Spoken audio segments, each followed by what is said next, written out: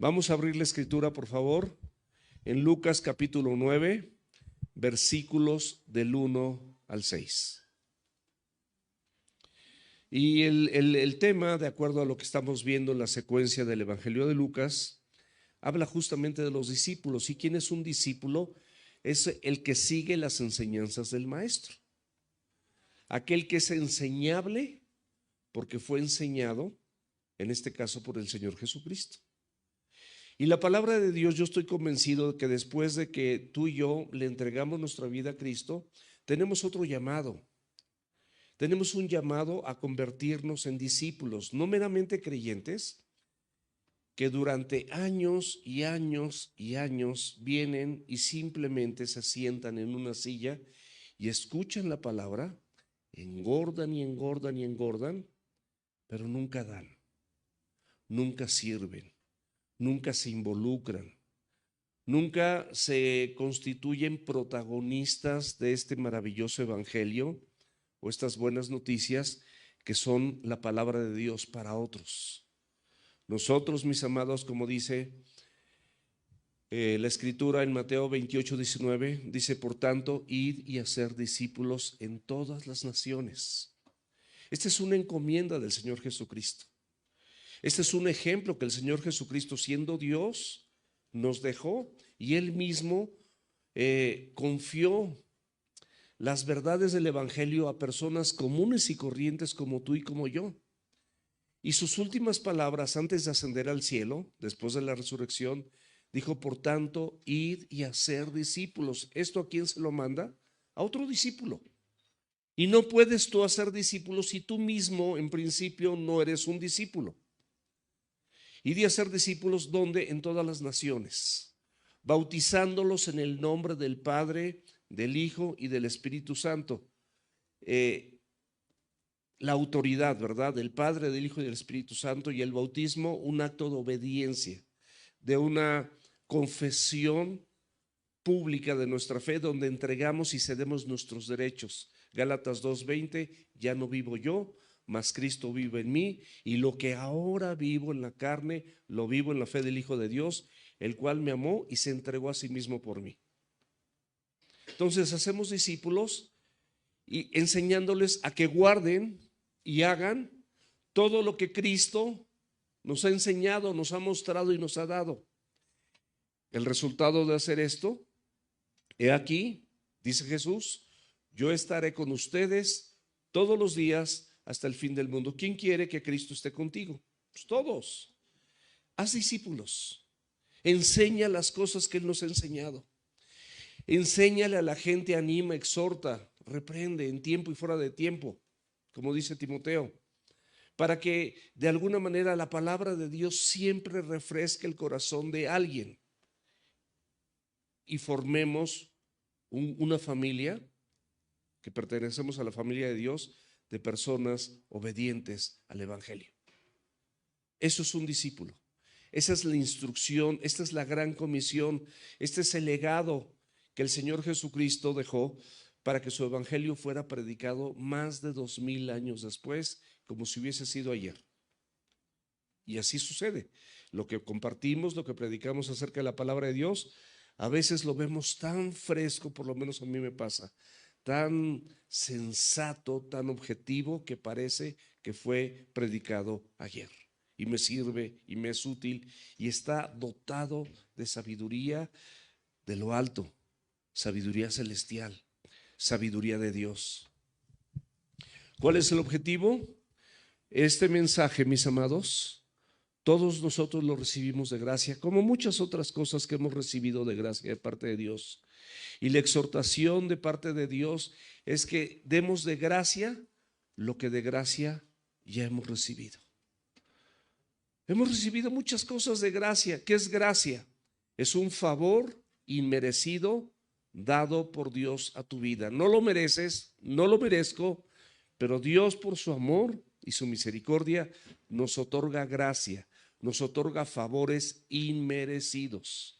Y esos los podemos dar de gracia también para que no nos engordemos, porque no se trata nada más de recibir, recibir, recibir, recibir.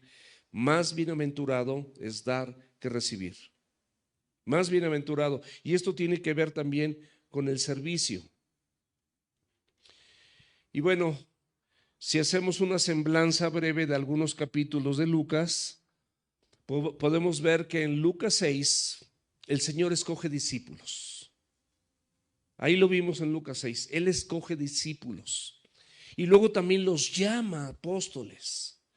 Y vemos cómo el Señor Jesucristo está preparando todo un escenario para que 2023 años después, como nosotros, estemos recibiendo el día de hoy mensajes del Evangelio a través de personas comunes y corrientes como las que el Señor eligió y con las cuales nos podemos identificar. Antes de enviarlos, el Señor Jesucristo, que es un Dios de orden, les enseña la condición del corazón de las personas que Dios usa. Dios puede usar a cualquier tipo de personas. Vemos en la Escritura que una vez usó un pez, ¿verdad? Y ese pez se tragó un varón llamado Jonás y lo fue a depositar en las playas de Nínive porque no quería hacer lo que Dios le había mandado. Y Nínive recibió el mensaje del Evangelio y hubo un gran número de personas que fueron salvas. Puedes leer Jonás, es un libro pequeño. Vemos también cómo ocupó una burra, ¿verdad? Deteniendo al profeta que iba a maldecir al pueblo de Israel, y la burra habló. Y bueno, también el asna, ¿verdad? Que introdujo a Jerusalén, al Mesías, al Salvador. O sea, Dios puede usar a quien sea. Y si puede usar animalitos, nosotros no somos animalitos, somos la creación excelsa de Dios. ¿Por qué? Porque es la única parte en la Escritura donde dice que tú y yo fuimos criados a imagen y semejanza de Dios. ¿Qué quiere decir esto? Que el Señor Jesucristo, su propósito máximo para toda la raza humana, es que nosotros reflejemos esa imagen de Dios. El pecado deterioró ese propósito de Dios, nos corrompimos, fuimos engañados, aprendimos a mentir y a engañar, a pelear, a discutir, a gritar, a envidiar, a tener celos, a ser contenciosos, a poseer ira, a tantas cosas que de alguna manera a nadie edifican, porque una persona envidiosa sufre, una persona con celos sufre, una persona arrogante sufre, una persona soberbia, autosuficiente sufre, una persona iracunda de todo se enoja, nada le parece, juzga, critica, censura. Todo esto, mis amados, contaminó nuestro corazón. Pero dice la Escritura que a los que conoció, también los predestinó para que fuesen hechos conforme a la imagen de su Hijo. Cristo nos ayuda a recuperar esa imagen a través de su palabra. Ahora, ¿qué condiciones en el corazón tenemos que tener tú y yo para poder servir a Dios y poder anunciar el Evangelio de Cristo? En Mateo 5, si tú lo abres, por favor, nos habla de las bienaventuranzas. ¿Y qué significan las bienaventuranzas? Ser doblemente feliz, inmensamente feliz, extraordinariamente feliz y dichoso. Eso significa una bienaventuranza. Y en esas bienaventuranzas el Señor nos enseña y nos instruye cosas que son completamente contrarias a nuestra naturaleza. Como si yo pregunto aquí o en un auditorio común, ¿quién quiere ser pobre? Pues nadie quiere ser pobre. Pero aquí se refiere a una pobreza distinta. ¿Quién es pobre en espíritu? ¿Quién es pobre en espíritu? Aquella persona que reconoce su bancarrota espiritual. Reconoce su necesidad de Dios, reconoce la necesidad de venir y escuchar la palabra de Dios todas las oportunidades que tengamos, no nada más los domingos, sino todos los días. Si tienes una Biblia, ábrela, léela, escudriñala, medita, memorízala.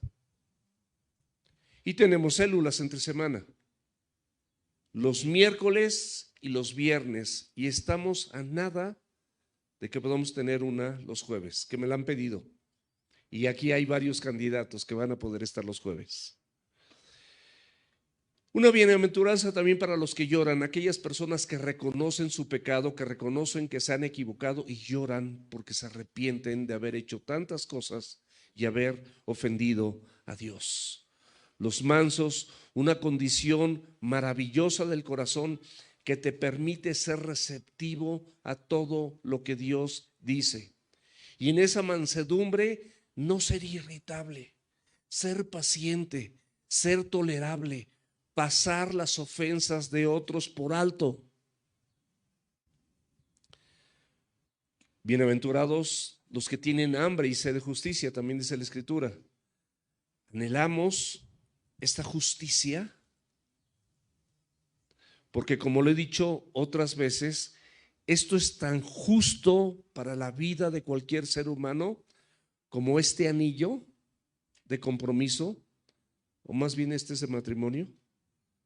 ¿Sí, verdad? El de compromiso creo que la llevan nada más las mujeres. Este es de matrimonio.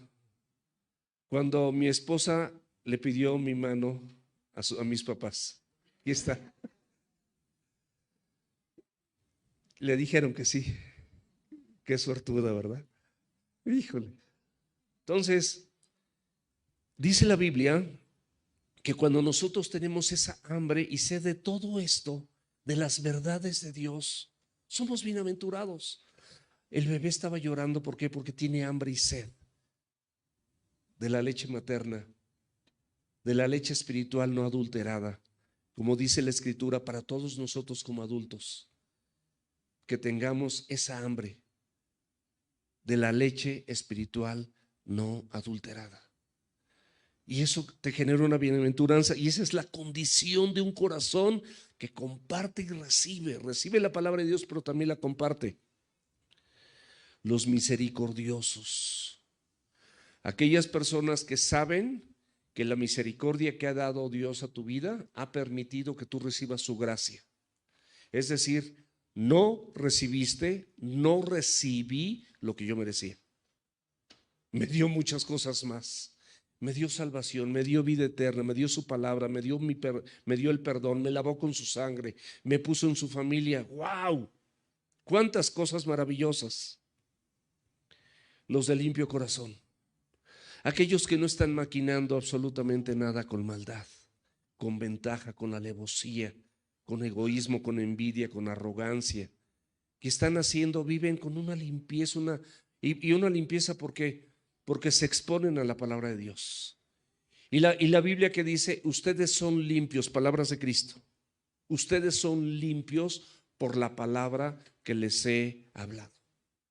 La palabra de Dios, mis amados, nos limpia y limpia nuestro corazón. Somos pacificadores, no queremos discutir, no queremos contender, no queremos pelear, no queremos estarle tirando mala onda a alguien, no queremos nada de eso. Queremos la paz. Jesucristo dijo, mi paz te dejo, mi paz te doy. Yo no la doy como el mundo la da. No se turbe tu corazón y tenga miedo. Queremos esa paz de Cristo. Y la Biblia dice que en cuanto dependa de nosotros, hagamos la paz con los hombres y por supuesto con Dios, cuando fuimos reconciliados a través de los méritos y el sacrificio de Cristo. Queremos la paz, no queremos estar peleando, no queremos estar reclamando nuestros derechos porque lo que tenemos es mucho, porque merecemos la muerte. La paga del pecado es muerte, y por cuanto todos hemos pecado, estamos destituidos. Entonces, todo lo que tienes, valóralo. Todo lo que tienes, voltea a ver a tu esposo y a tu esposa, y aunque ya tengan arrugas y tengan canas y ya estén así encorvaditos, o como yo, que esta mano se me accidentó y ya me quedó cortita, miren, de verdad, pero mi esposo me sigue recibiendo con mi mano corta. Tengo manita de velociraptor. Entonces, mis amados, como esté tu esposo, como esté tu esposa, dale gracias a Dios. Tienes un techo. tienes, te garantizo, esos zapatitos que llevas puestos y por lo menos tienes otros en casa. Si traes un suéter, ese es bueno, ahorita no hay suéter, pero esa playerita o esta guayabera, ay, yo tengo otra, o otras. Y tenemos otros pantalones y tenemos más cosas. Y cuando llegues al refrigerador, a lo mejor no está abarrotado, pero tienes algo para comer en tu mesa. O sea, tenemos muchas cosas, mis amados, para ser agradecidos. Y así podríamos seguir mencionando las bienaventuranzas que representan las condiciones del corazón que Dios usa. Esas son las condiciones que nosotros debemos de portar por su gracia y por la capacidad que Él nos da con su palabra y la obra del Espíritu Santo en nosotros. No son tuyas, no te engrandezcas. Los dones y los talentos y estas virtudes del rasgo del carácter de Jesucristo son sembradas en tu corazón y en el mío por la pura gracia y misericordia de Dios. Y qué bueno, qué maravilloso. Ahora, estos discípulos, ¿cuál era el propósito? Pues que sirvieran, que continuaran la labor del Señor Jesucristo, porque el Señor Jesucristo iba a llegar el momento donde iba a morir en la cruz por ti y por mí, iba a decir: consumado es, todo está terminado. Ahora les toca a ustedes. Ustedes sigan esta labor, sigan esta obra. Y en esta obra, en este servicio, mis amados, nosotros, tú y yo, cuando lo hacemos con un corazón humilde, manso, vamos a estar recibiendo una constante edificación en nuestra vida. ¿Por qué?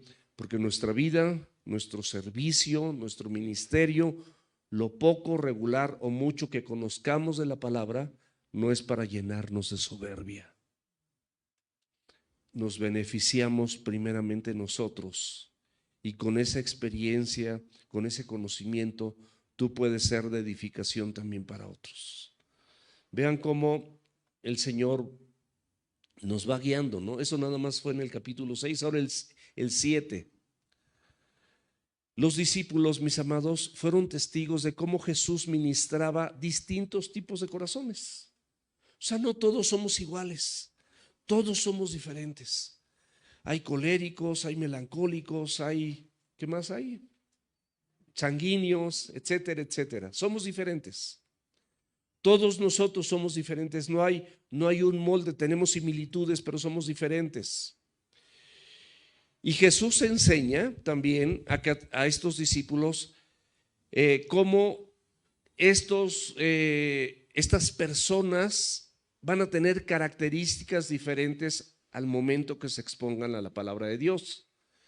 Y para eso fue la parábola del sembrador. Algunos van a tener un corazón duro, como el camino que estaba aplanado y duro y no penetraba nada, un corazón duro. Algunos van a tener un corazón como entre piedras, y entre piedras no hay mucha profundidad, y aunque echan raíces, no se profundiza la palabra.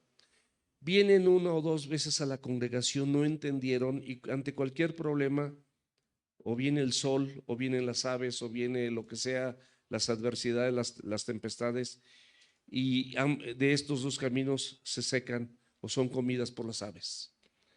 Y luego otros que las reciben con beneplácito, pero crecen entre los espinos que representan los afanes, las tribulaciones y todo este tipo de situaciones adversas. Entonces, cuando crecen, los espinos, los afanes, las preocupaciones, las tribulaciones ahogan lo que oyeron de la palabra de Dios y dejan de asistir, dejan de leer su Biblia, hacen comentarios como: no, a mí no me funcionó orar, Cristo no me funciona. Mis amados, con todo respeto, Cristo es para todos, pero no todos quieren de Cristo. A lo mejor un ratito aquí se sienten bien, 2, 3 domingos, y luego al rato no los vuelves a ver, y les hablas y ya en su corazoncito hay 1000 cosas que les impide venir. Oremos por ellos, mis amados, para que permanezcan en constancia. También en este capítulo el Señor nos dijo que estuviéramos alertas a mirar como oímos. Eso suena raro, Pero esto significa que cuando tú escuchas la palabra de Dios, es importante que tengas la actitud correcta. La actitud correcta en el corazón del hombre y la mujer es esa actitud de que lo que estoy oyendo de parte de Dios es para mí y me sirve y lo voy a poner por obra, lo voy a practicar. Voy a ser un hacedor de la palabra y no tan solamente un oidor, a pesar de que vengan tempestades. Yo tengo un corazón confiado porque mi confianza está puesta en el Dios de los cielos. ¿Tienes un corazón confiado? ¿Estás confiando plenamente en la palabra de Dios? Sigue adelante, no te canses de hacerlo. Y luego también en este capítulo nos muestra el poder que Dios tiene sobre la enfermedad, sobre los demonios y sobre la muerte, que era el enemigo principal por vencer, porque todo ser humano tiene temor al que va a pasar después de que muera. Y en Cristo, como dijo Pedro, encontramos que Jesucristo es el único que tiene palabras de vida eterna, para ti y para mí. Y como Pedro también podemos decir, ¿y a dónde iremos? Nada más tú tienes palabras de vida eterna. Versículo 1 del capítulo 9. Dice la Biblia, habiendo reunido a sus 12 discípulos, aquí ya habla de que fueron reunidos, les dio poder y autoridad sobre todos los demonios y para sanar enfermedades. Algo que Cristo Jesús había hecho, ahora lo entrega como dones de gracia, dones y talentos dados por Dios para que el reino de los cielos sea compartido, sea predicado y sea comunicado con otros. ¿Quiénes son estos discípulos? Simón, llamado Pedro, Andrés, hermano de Jacob,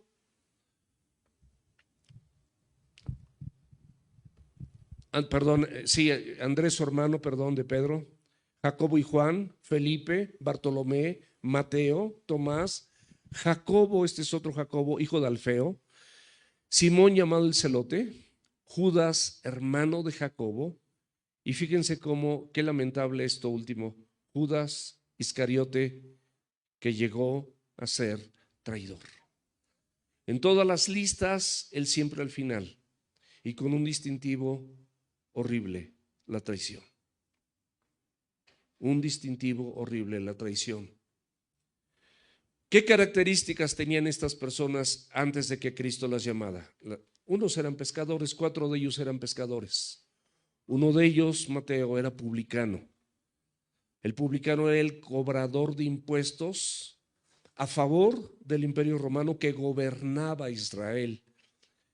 Y ese cobrador de impuestos tenía la posibilidad de no solamente cobrar el impuesto para el Imperio Romano, sino no abajo del agua, sino aquí mismo, a mí me das otra lanita. Que me vas a dar estos impuestos, pero yo tengo la facultad de que a mí me toque una lanita, corrupción, personas corruptas. El celote era un revolucionario que estaba en contra completamente del Imperio Romano, etcétera. ¿Qué características adicionales tenían estas personas, valga la redundancia, en su personalidad o en su carácter? Eran arrebatados, eran cobardes, eran usureros, eran sin letras, eran del vulgo y aparte eran faltos de fe. Y nosotros, mis amados, no somos diferentes. Nosotros podemos identificarnos con toda honestidad que tenemos estos rasgos corruptos de carácter y muchos otros más. Por eso Cristo trabaja en ti, trabaja en mí a través del Espíritu Santo, a través de la iglesia, a través de la célula, a través del discipulado y a través de su palabra. Siempre. Él va a trabajar en ti porque Él quiere perfeccionar la obra que en ti inició. Si abrimos la Escritura, podemos tener un entendimiento más explícito de este tipo de elección de Dios, por llamarlo de alguna manera. Abre la Biblia, por favor, en 1 Corintios, capítulo 1, versículos del 26 al 31.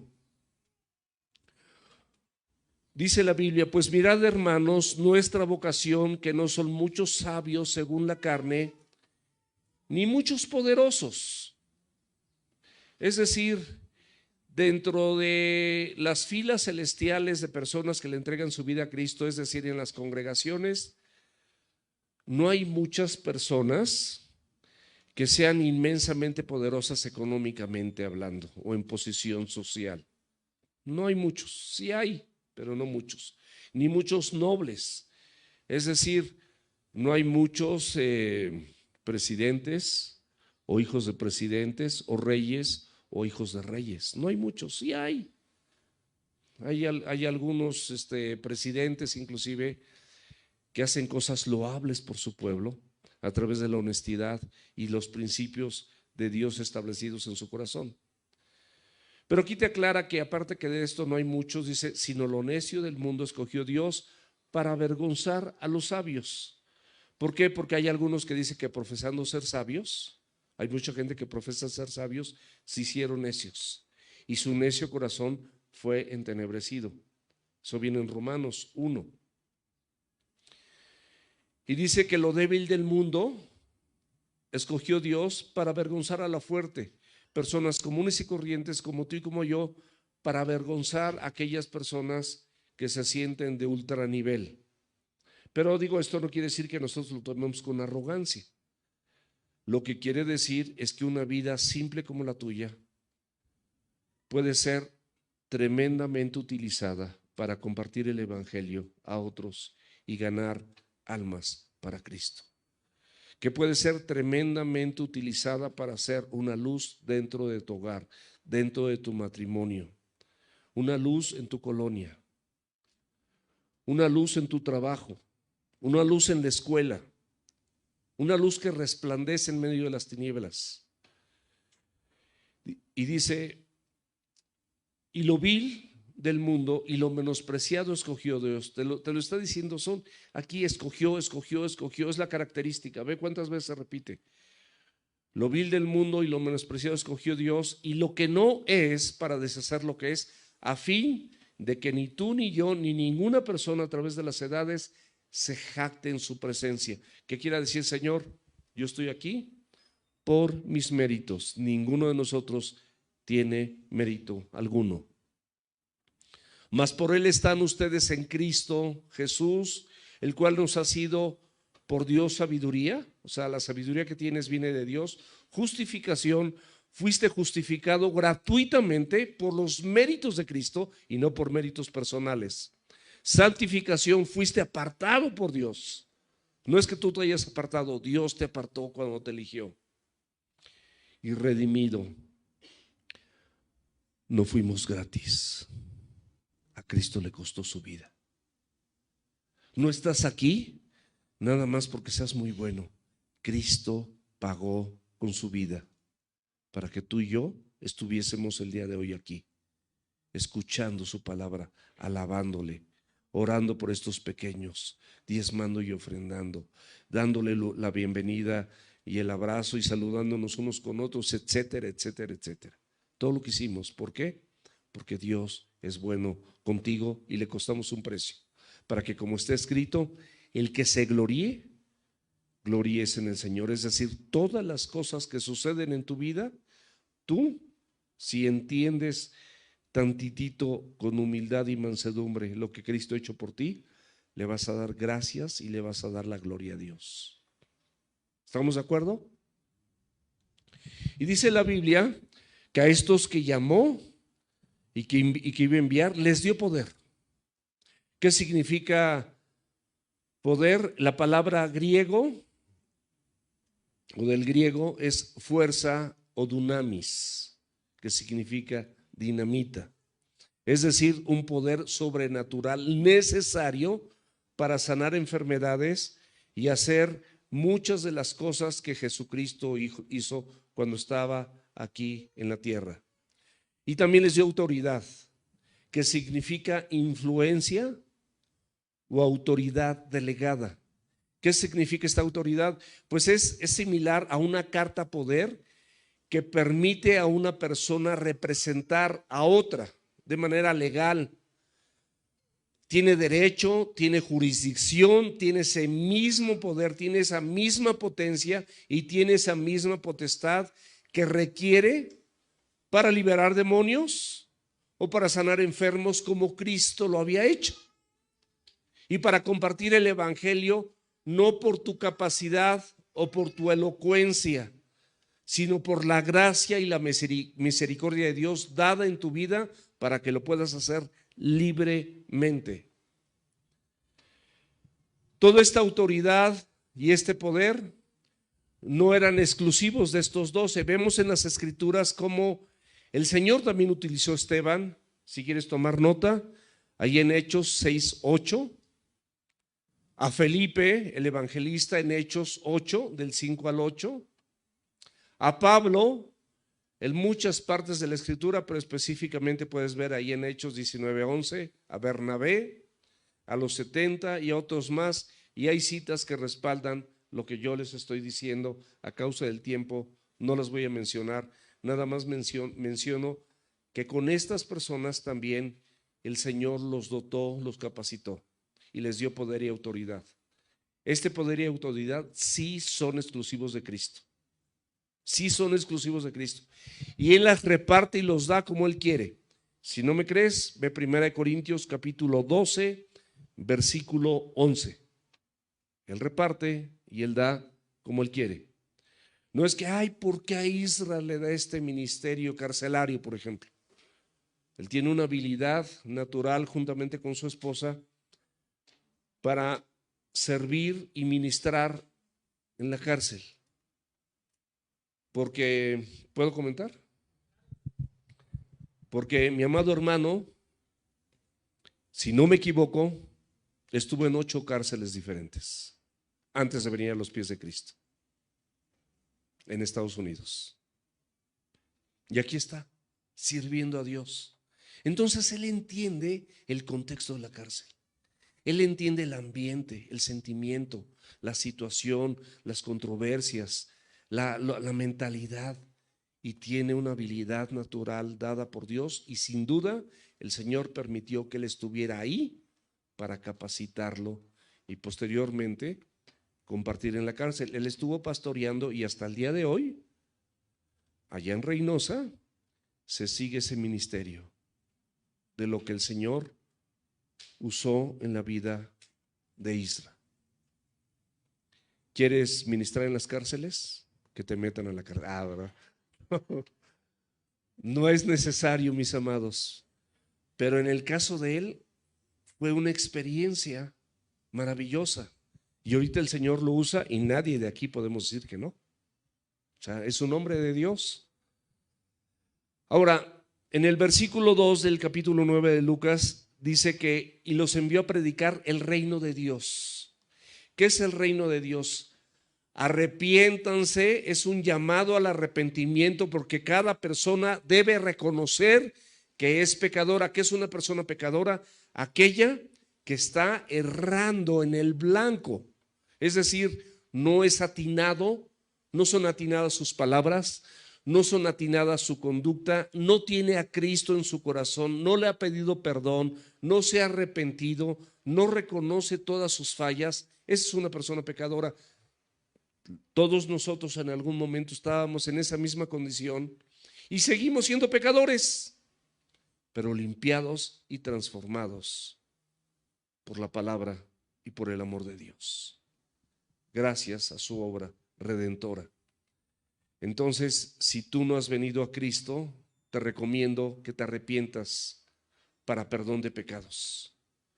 Ese es el evangelio, ese es el anuncio del reino de Dios. En eso consistía, predicar el reino de Dios y sanar a los enfermos, porque estábamos enfermos. El pecado es la peor enfermedad, es una enfermedad mortal. No que el cáncer y no que, sí, también. Ese es un aviso en tu vida de que no vas a estar aquí siempre. Cuando te rechina la cintura como a mí, bueno, la rodilla izquierda de repente, ay caray, como que me rechinó. Es un aviso. Mis arrugas, mis canas, mi cansancio, mi agotamiento es un aviso de que yo no estoy aquí para siempre. Dios te muestra que no va a estar aquí para siempre. Las enfermedades también. Cuando estemos con Él no va a haber más llanto, no va a haber enfermedad, no va a haber dolor. Todo eso, dice la Escritura, que va a pasar. Ahora, los manda de dos en dos porque es importante que entre ellos mismos se rindieran cuentas y no hicieran lo que quieren. O sea, es más fácil que alguien solito haga algo, al fin nadie me ve, no, pero aquí está otro que te está viendo. Entonces, ese es el propósito. De acuerdo a la ley mosaica, tenía que haber dos testigos para confirmar los hechos. La Biblia también dice que donde dos o más se reúnen, dice yo estoy en medio. La palabra de Dios también nos dice donde dos o más se ponen de acuerdo aquí en la tierra para pedir algo en el cielo, será hecho por mi Padre Celestial, etcétera. El número dos es maravilloso. En el matrimonio dice que mejores son dos que uno, pero también en el ministerio. Vamos a verlo. Eclesiastés capítulo 4, versículos del 9 al 12. Mejores son dos que uno porque tienen mejor paga de su trabajo. Porque si cayeren, el uno levantará a su compañero, pero ay del solo que cuando cayere no habrá segundo que lo levante. Y vamos a brincarnos al versículo 12 y el 11 lo leen los maridos. El 11 es perfecto para los esposos, pero vamos al 12. Y si alguno prevaleciere contra uno, dos le resistirán. Y cordón de tres dobleces, tú, tu compañero, tu compañera, y Cristo no se rompe pronto. Entonces, el propósito de todo esto, de estos discípulos, era que predicaran el reino, anunciar la salvación de los hombres, ¿por medio de quién? De Cristo Jesús. Sanidad a los enfermos, ¿verdad? Echar fuera demonios y inclusive pues lo que Cristo hizo, que mostró poder sobre la muerte. Y todo esto iban a ser señales de que eran enviados por Dios, y estas señales lo respaldaban, sobrenaturales, maravillosas. Versículo 3, nada más son 6. Y les dijo: no tomen nada para el camino. Y aquí vienen palabras que sinceramente para mí no sabía qué eran, pero ya las investigué y ahorita se las platico. Como bordón, por ejemplo, ¿quién trajo un bordón? Pues nadie, ¿verdad? Porque no saben ni qué es. Yo tampoco. Así que no os preocupéis. Dice, ni bordón, ni alforja, ni pan, ni dinero, ni lleves dos túnicas. Esto, mis amados, lo que el Señor pretendía con estos 12 era que tuvieran experiencia. Y nosotros también estamos adquiriendo experiencia cuando servimos. Adquirimos experiencia. Y esta experiencia es que nosotros podemos confiar en Jesús, a pesar de que no esté con nosotros presencialmente como lo estaba con sus discípulos. Todo esto que van a hacer los discípulos ya lo habían hecho de la mano de Jesús y acompañados presencialmente por Jesús. Pero ahorita es diferente. El Señor los está enviando como te envía a ti y me envía a mí, a que compartamos las buenas nuevas del Evangelio y para que invites gente a que escuche la palabra de Dios. Porque la gente, cualquiera que sea, sin excepción, no nada más mi linda invitada, sin excepción, todos necesitamos de la palabra de Dios. Entonces, ese es el propósito, que nosotros invitemos gente y que pueda esa gente como nosotros confiar en Dios. Este era un entrenamiento porque Cristo estaba anunciado, de acuerdo a las Escrituras, que se iba a ir y se iba a sentar a la diestra del Padre. Ahorita está sentado a la diestra del Padre, reinando e intercediendo por nosotros. Su sacrificio ahí está puesto, delante de los ojos de Dios. Y fue aceptado y nosotros, por ende, fuimos aceptados. Esto es algo maravilloso, mis amados. Entonces, ¿qué haríamos si nosotros no tuviéramos esta enseñanza y este entrenamiento. Cristo dice que donde están dos o más reunidos en su nombre, Él está en medio. ¿Y tú lo crees? Porque yo sí lo creo. Él está en medio. Él está en medio de las alabanzas de su pueblo. ¿Lo crees? Eso dice la Biblia. O sea, Él está en medio y no lo vemos, pero podemos sentirlo, podemos saber. Estamos dependiendo total y absolutamente de esa provisión de Dios, porque cuando Él dijo consumado es, sabíamos que Él se convertía no solamente en nuestro Salvador, en nuestro Mesías, no solamente había sido Emmanuel, Dios con nosotros, no solamente era el alfa y el omega, el principio y el fin, no solamente era el Cordero de Dios que quita los pecados del mundo, sino era aquel que nos iba a dar todas las cosas que necesitáramos conforme a su voluntad, que es perfecta. Y sabemos que Él es nuestro proveedor. Y podemos decir, como dice Filipenses 4:19, mi Dios pues suplirá todo lo que me falta, conforme a sus riquezas en gloria en Cristo Jesús. Y ojo, no se refiere nada más a cuestiones materiales. A ti y a mí nos faltan muchas cosas espirituales y nos las está dando y nos las va a seguir dando. Nos faltan muchas cosas para mejorar nuestro matrimonio, los que somos casados. A las que son solitas les faltan muchas cosas porque no tienen esposo, aparentemente, pero dice la Escritura que Él es esposo de viudas y desamparadas. Los que tenemos hijos, podemos orar por ellos y sabemos que Dios en su momento nos escucha y hará lo que tenga que hacer con nuestros hijos para que ellos vengan a los pies de Cristo. Y así hay muchas cosas. Él es nuestro proveedor. Por eso no quería que se tomara nada para el camino, porque mientras habían estado con Jesús no faltó nada.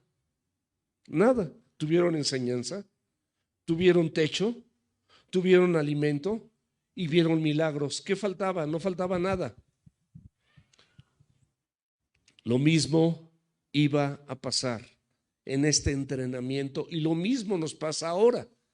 Nosotros en esta vida, aunque no lo veamos, sabemos que Él nos da todo. El bordón, mis amados, es un bastón de peregrino. Aquí no hay peregrinos, pero hay gente que puede usar bastón. Espero que yo no lo use nunca, todavía me aviento mi brinquito. Cuando ya no me eche mi brinquito, pues igual a lo mejor un bastón, espero que no. Y es para apoyarse a caminar y es para grandes brechas o caminos largos. La alforja era una tela fuerte, que era tela o era cuero, que iba para los dos lados y servía para guardar principalmente alimento y otras cosas que te podían ser útiles en el viaje, y se ponían de los dos lados y el peso se balanceaba. Pero decía que no llevaran alforja, que no llevaran bordón, que no llevaran pan y dinero, porque el pan, bueno, pues de alguna manera te ayuda a estar bien en una jornada larga, pero el Señor lo que quería mostrar es que no solo de pan vive el hombre, sino de toda palabra que proviene de la boca de Dios, y que Él tiene cuidado por todos sus obreros, todos los que le sirven, por todos sus hijos, y que no te iba a faltar pan. Y no necesitabas dinero, porque Él iba a proveer todo lo que te hace falta conforme a sus riquezas en gloria en Cristo Jesús. ¿Qué teníamos que hacer o qué tenemos que hacer hoy en día? Solamente mirar para arriba, solamente confiar en sus promesas. No quiere decir que te acuestes en la cama y mires para arriba y el dinero te va a caer ahí. Jamás va a pasar eso. Tenemos que trabajar. La Biblia está tan ligada con el trabajo que dice la Escritura que el que no trabaja, que no coma. O sea, cada vez que comes es porque trabajaste. No cayó del cielo la comida, aunque sí cayó del cielo, pero no literalmente trabajaste, hubo un resultado, tuviste dinero, pudiste comprar. Pero el trabajo es algo que Dios respalda. No importan las circunstancias, las tormentas, las adversidades. También les dijo que no llevaran dos túnicas, solamente la que llevabas puesta. No te va a hacer falta nada. En mí, si yo te mando, estarás completo.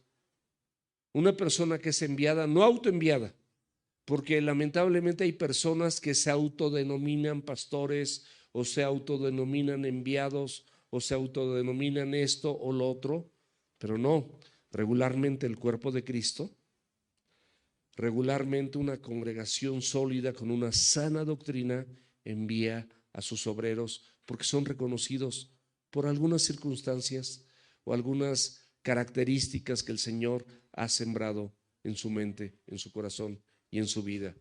Y no somos personas de otro planeta ni especiales, simplemente somos personas que tenemos una gran responsabilidad, una mayor responsabilidad, pero gloriosa responsabilidad, de verdad. Mateo 10:10 que dice que el obrero es digno de su alimento. Eso dice en Mateo. Y en 1 Corintios capítulo 9, versículos 9 y 11, dice, porque en la ley de Moisés está escrito, no pondrás bozal al buey que trilla. Y aquí hay una pregunta, ¿tiene Dios cuidado de los bueyes?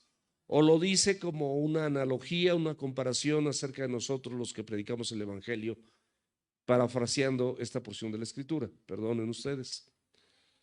Y aquí la respuesta es, pues por nosotros se escribió, porque con esperanza debe arar el que ara.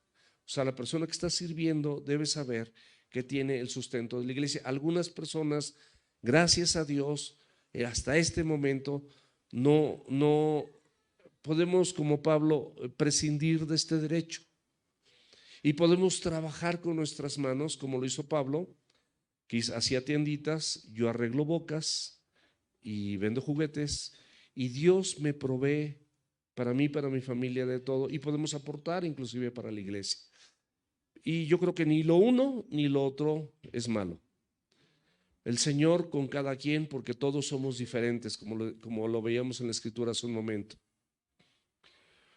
Pues por nosotros se escribió, porque con esperanza debe arar el que ara y el que trilla. Con esperanza debe recibir del fruto. Si nosotros sembramos en ustedes lo espiritual, pregunta a Dios o pregunta a la escritura, que es lo mismo, ¿es gran cosa si segamos de ustedes lo material? Y concluye en el versículo 14 como una orden del Señor, algo imperativo. Así también ordenó el Señor, los que anuncian el evangelio, que vivan del evangelio. Eso es bueno, pero los que hacemos otra cosa no tampoco quiere decir que sea malo.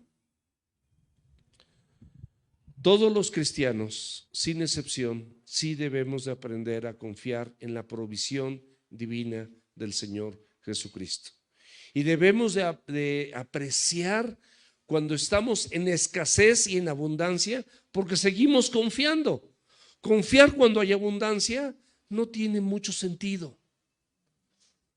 Pero cuando hay escasez, cuando hay compromisos, cuando hay deudas porque no nos administramos de manera correcta, podemos confiar en Dios y alinear nuestros caminos para que Él intervenga y haga. Y eso suele pasar. Nuestra provisión, mis amados, debemos saber que siempre viene de Dios. Dice la Biblia que todo don perfecto proviene de lo alto, del Padre de las luces, en el cual no hay ni sombra ni variación absolutamente de nada. El versículo 4 de Lucas 9 dice, y en cualquier casa donde entres, aquí son especificaciones, quédate ahí y de ahí sales, o sea, quédate ahí mientras llegues a esa ciudad y te alberguen en una casa, hasta que salgas no te vayas de ahí. Si va a estar 2 días, 3 días, 5 días, una semana, quédate ahí. No te estés cambiando de casas, es lo que quiere decir Dios, o es la recomendación de Dios. No busques mejores casas o mejores comodidades. No, es que mira, hermano, si te vienes a mi casa, pues yo tengo alberca, vente para acá. Y entonces el hermanito que te hospedó con amor y con mucha gratitud, ¿cómo lo vas a hacer sentir? No, pues claro, dice hermano, pero bien que le interesó porque su casa está más bonita, tiene más lujo, tiene alberca. No, mis amados, nosotros no buscamos nada de eso. El compartir el evangelio nunca será cómodo, pero siempre será gratificado por Dios. Y nunca va a ser cómodo, ¿por qué? Porque regularmente lo compartes con incrédulos o personas que no se han arrepentido y no han venido a los pies de Cristo, como la Biblia lo manda.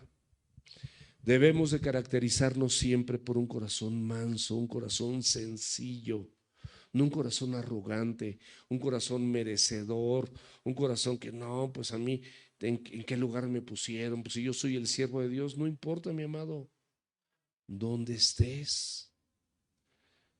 A mi esposa y a mí nos tocó llegar a ir a la Sierra de Puebla con gente muy sencillita y nos llegamos a quedar en una camioneta.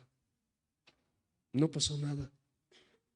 A lo mejor me salió una arruga o no, ni sé, estaba chavito. Bueno, no chavito, no tampoco. No, tiene algunos años, no hace muchos, pero tiene algunos años. Pero no pasa nada.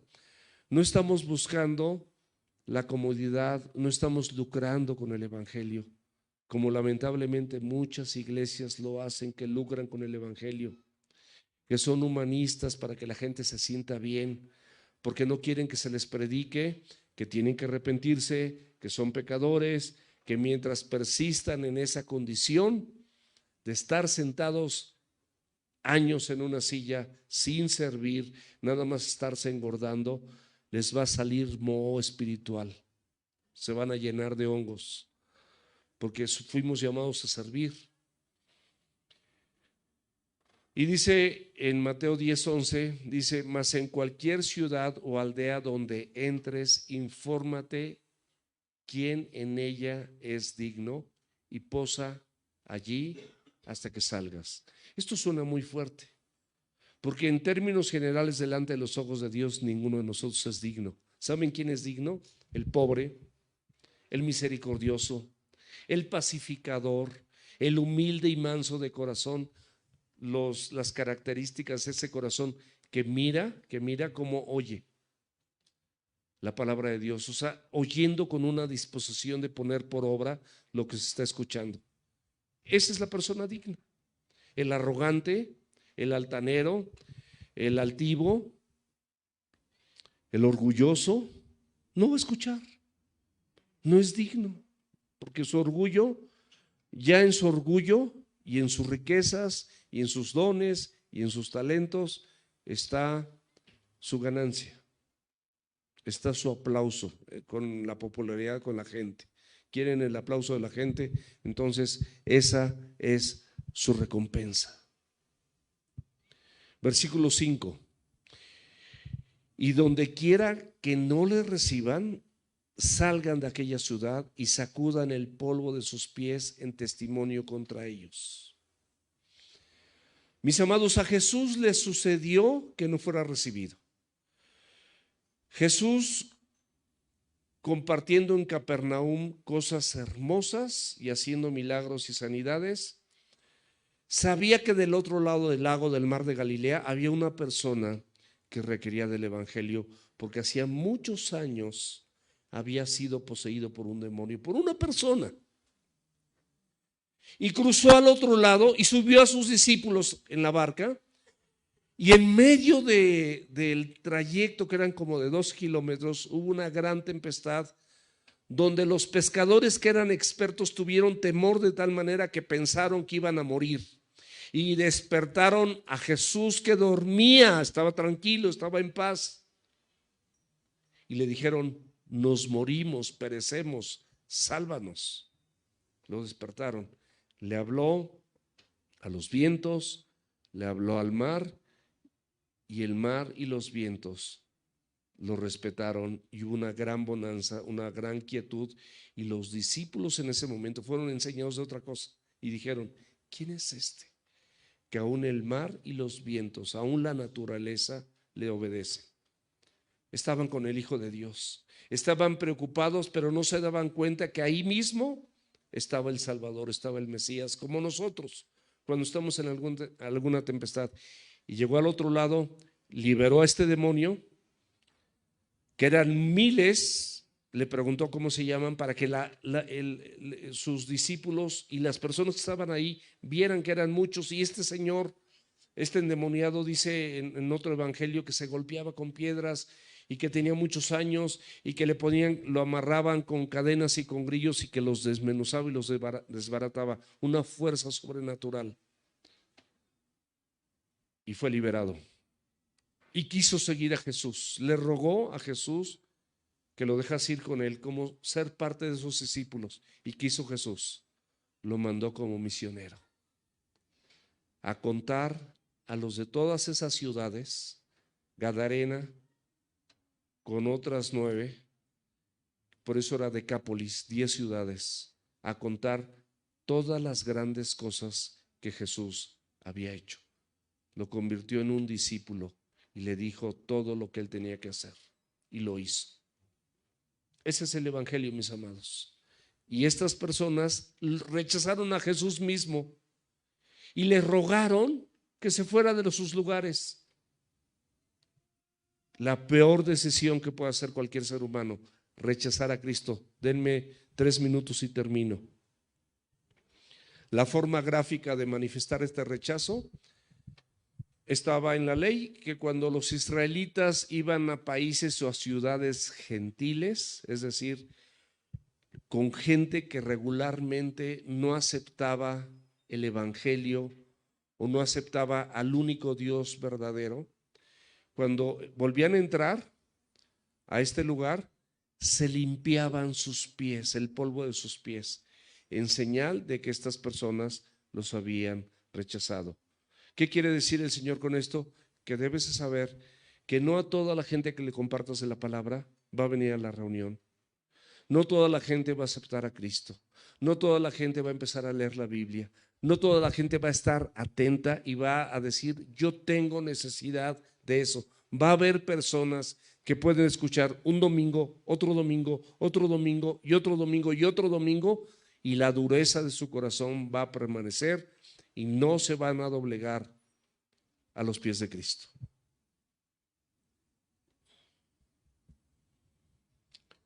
Dice la Escritura que será más tolerable el castigo para Sodoma y Gomorra que para aquella ciudad. No nos manda a nosotros juzgar. Dios es el único que juzga a aquellas personas que rechazan el evangelio. La Biblia dice que la luz vino al mundo y el mundo ama más las tinieblas que la luz porque sus obras son malas y no vienen a Cristo, no vienen a la luz, no vienen a su palabra. ¿Para qué? Para que sus obras no sean reprendidas. Esa es la condenación. La gente solita se condena cuando rechaza el evangelio, cuando rechaza la palabra de Dios. Y ante mayor lo conozcas el evangelio, mayor responsabilidad tendrás. Estas personas tenían mucha responsabilidad, más que Sodoma y Gomorra, porque el Mesías aún no había venido.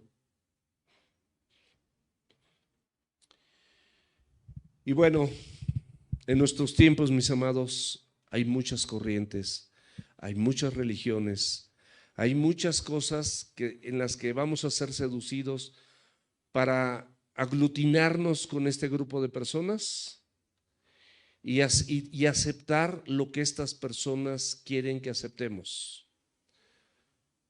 Nosotros sabemos que Dios creó hombres y mujeres y de ahí se desprende la familia, de ahí se desprende los matrimonios. De ninguna otra situación va a haber familia, porque personas del mismo sexo no pueden reproducirse. No es una familia como la que nosotros conocemos, mis amados. No existirías tú si tu padre y tu madre no se hubieran unido en intimidad para que tú y yo pudiéramos haber nacido. Y hay muchas ideologías. El feminismo y el machismo, ambos son reprobados por Dios, porque el Señor no hace acepción de personas. Nosotros no rechazamos a las personas, no somos homofóbicos, Bendito Dios cuando las personas con diferentes identidades, así como los adúlteros, los fornicarios, los borrachos, los maledicientes, los iracundos, se sientan en una iglesia a escuchar el mensaje del Evangelio. Bendito sea Dios porque nos da la oportunidad de compartirles el Evangelio. Pero es diferente a que estemos de acuerdo. Yo no puedo estar de acuerdo con un adúltero. No puedo estar de acuerdo con un fornicario porque Dios no está de acuerdo con ellos. Y así, con este tipo de matrimonios que ahorita quieren a fuerzas meterlos en la cabeza, yo no quiero que eduquen a mis hijos con esa ideología. Yo puedo con la Biblia y con la formación que Dios nos ha dado, educar a nuestros propios hijos. Es todo.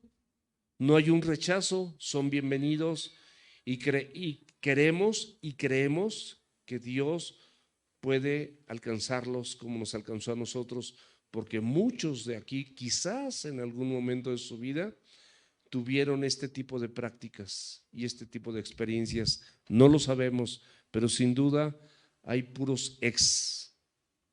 Y por último, versículo 6, y saliendo pasaban por todas las aldeas anunciando el evangelio y sanando por todas partes. Esta sanidad era física, de enfermedades tratadas a través de medicamentos y por médicos, pero también eran sanidades espirituales, es decir, de personas que no habían recibido el mensaje de la cruz y no se habían arrepentido de sus pecados para venir a los pies de Cristo. Vamos a orar.